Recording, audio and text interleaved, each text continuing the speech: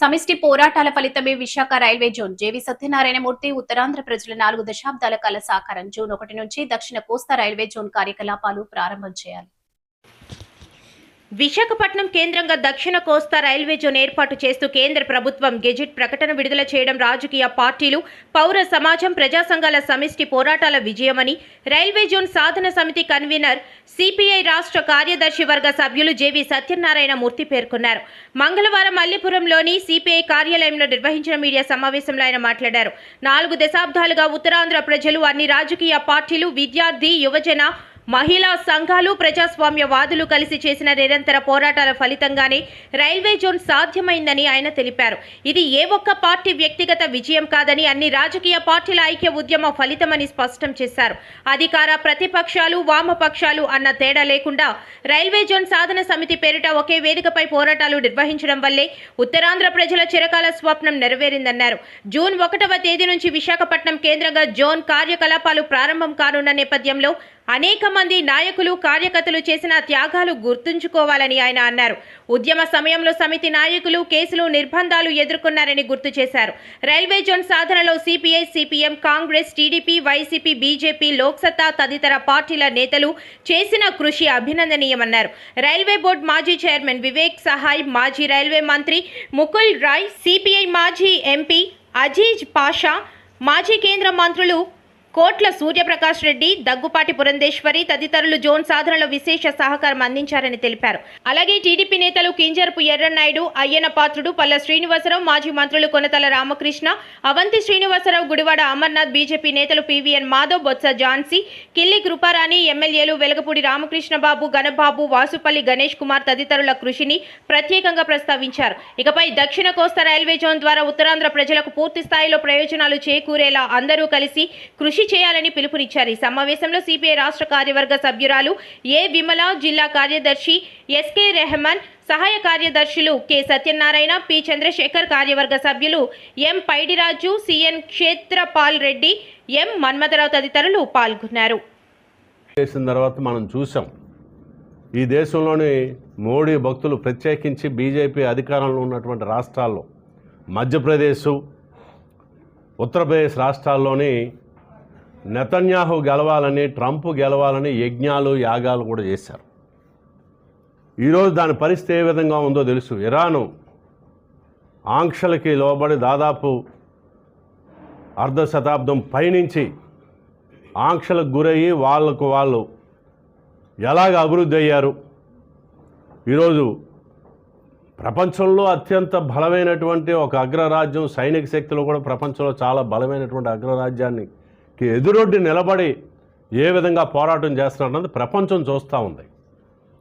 మరి ఇక్కడ మీరు యజ్ఞాలు, యాగాల వలన అవన్నీ జరుగుతాయనుకుంటే దానికి భిన్నంగా ఫలితాలు వస్తున్నటువంటి నేపథ్యంలో మనం దాని నుంచి గుణపాఠాలు తీసుకొని మన దేశాన్ని అన్ని రంగాల్లో ఎలాగ అభివృద్ధి చేసుకోవాలి అనే దానికి సంబంధించి ఆలోచన చేయాల్సినటువంటి తరుణంలో ఆ రకమైన ఆలోచనలు చేయకుండా ఇంకా మనం వెనక్కిపోయి యజ్ఞాలు, యాగాలతో అంతా మనం సాధిద్దామనంటే అది సాధ్యం కాదన్నది చరిత్ర మనకి నిరూపించినటువంటి నేపథ్యంలో ఆ వైపు పాలక వర్గాలు మన దేశాన్ని మరింత అన్ని రంగాల్లో అభివృద్ధి చేయడానికి కావలసినటువంటి పద్ధతుల్లో కృషి చేయాలని చెప్పని విజ్ఞప్తి చేస్తున్నాం. ఇంకోటి ప్రధానమైంది, ఈరోజు మీడియా ఏది కూడా, జాతీయ మీడియా కానీ మన ఉభయ రాష్ట్రాల్లో ఉన్న మీడియా కూడా చాలా మౌనం వహిస్తూ ఉంది.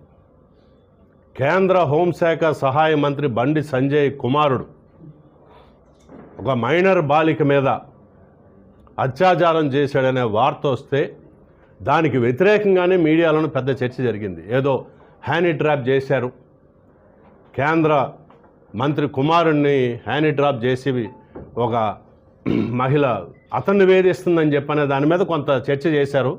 వాస్తవానికి అక్కడ తెలంగాణ పోలీసులు కేసు రిజిస్టర్ చేయడానికి కూడా ముందుకు రాకుండా ఏదో ఒక విధంగా దాన్ని పరిష్కారం చేయడానికి, రాజీ చేయడానికి చేసిన ప్రయత్నాలకు వ్యతిరేకంగా కుటుంబం గట్టిగా నిలబడి మీరు చేయకపోతే హైకోర్టుకి వెళ్తానంటే ఇప్పుడు కేసు రిజిస్టర్ చేశారు. ఈరోజు న్యాయం అందరికీ సమానం అని చెప్తున్నటువంటి నేపథ్యంలో ఇదే ఒక మైనారిటీ కానీ చేస్తే మీడియాలో పెద్ద చర్చ జరుగుద్ది.